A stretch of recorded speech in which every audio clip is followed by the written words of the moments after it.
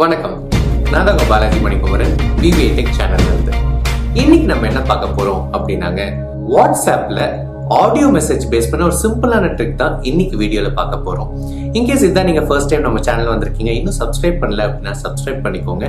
அதே மாதிரி அந்த பெல் நோட்டிபிகேஷன் ஐக்கானை பிரஸ் பண்றது மூலமா வீடியோ அப்லோட் பண்ண உடனுக்குடன் உங்களுக்கு நோட்டிபிகேஷன் வரும். ஓகேங்க, இன்னைக்கான டிப் என்னன்னு பார்த்துடலாம்.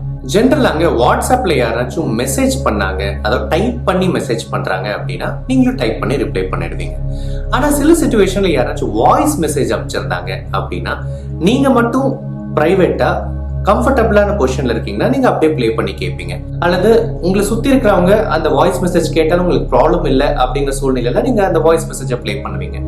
ஆனா நீங்க இருக்கக்கூடிய சிச்சுவேஷன் மேபி ஒரு ஆஃபீஸ் சிச்சுவேஷன், அல்லது காலேஜ்ல இருக்கக்கூடிய சிச்சுவேஷன், அல்லது உங்களை சூழ்ந்து மக்கள் இருக்காங்க, ஆனா அந்த வாய்ஸ் மெசேஜ் நீங்க மட்டும் தான் கேட்கணும்னு நீங்க நினைக்கிறீங்க. அப்படிங்கிற மாதிரி சிச்சுவேஷன்ல நீங்க மோஸ்ட்லி என்ன பண்ணுவீங்க, இப்போதைக்கு கேட்க வேணான்ட்டு போஸ்ட்போன் பண்ணுவீங்க, அல்லது யாரும் இல்லாத வரைக்கும் வெயிட் பண்ணிட்டு ப்ளே பண்ணுவீங்க.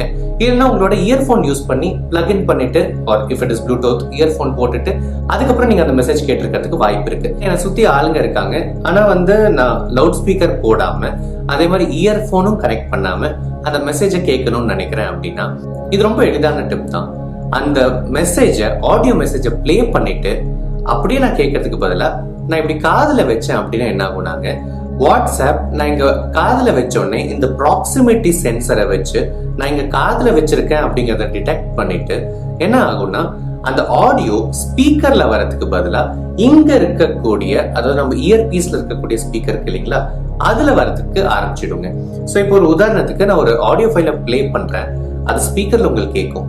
அதுக்கப்புறம் நான் எப்போ காது கொண்டு போறேனோ அப்போ எனக்கு காதுல கேட்கும், உங்களுக்கு வெளியில கேட்காது. அண்ட் நான் எடுத்துட்டதுக்கு அப்புறம் அது அப்படியே பாஸ் ஆயிடும். திரும்பி நான் எப்போ பிளே பண்ணி காதுல வைக்கிறனோ எங்க அது ஸ்டாப் ஆச்சோ அங்க இருந்து அது கண்டினியூ ஆகும். ஓகேங்களா, ஒரு உதாரணத்துக்கு இப்போ எனக்கு வாட்ஸ்அப்ல ஒரு சாங் வந்திருக்கு, அதை நான் பிளே பண்ணி காமிக்கிறேன். இப்போ ஸ்பீக்கர்ல கேக்குது, நல்லா லவுடாவே கேக்குது. ஸ்பீக்கர்ல கேட்கறதுக்கு பதிலாக நான் என்ன பண்றேன்னா நல்லா கேக்குது. நான் எப்போ இங்க வைக்கிறேனோ எனக்கு காதுல கேட்க ஆரம்பிச்சிடும். ஓகேங்களா, உங்களுக்கு வெளியில கேட்காது. ஸோ இப்படி எடுத்துட்டேன்னா அப்படியே பாஸ் ஆயிடும். ஓகே, பிளே பண்றேன்னா எங்க ஸ்டாப் ஆச்சோ அங்க இருந்து பிளே ஆகும். ஓகே, காதுல வச்சேன்னா எனக்கு காதுல கேட்கும். I take it off, it goes to pause mode. இந்த டிப் நீங்க ட்ரை பண்ணி பார்க்கலாம். நீங்க சும்மா ஒரு ஆடியோ மெசேஜை ப்ளே பண்ணி ட்ரை பண்ணி பாருங்க. It will come in really handy for you. இந்த டிப் எனக்கு தெரியறதுக்கு முன்னாடி நான் இயர்ஃபோன்ஸ் போட்டு தான் நான் கேட்டுட்டு இருந்தேன். அண்ட் ஆஃப்டர் தட் இந்த டிப் தெரிஞ்சதுக்கு அப்புறம் it has come in really handy for me. Okay, நீங்களும் ட்ரை பண்ணி பாருங்க, உங்களுக்கு யூஸ்ஃபுல்லா இருக்கும்னு நம்புறேன். ஓகே, மீண்டும் உங்களை சந்திக்கும் வரை உங்களிடமிருந்து விடைபெறுவது உங்க பாலாஜி மணிக்குமரன். நன்றி, வணக்கம். God speed.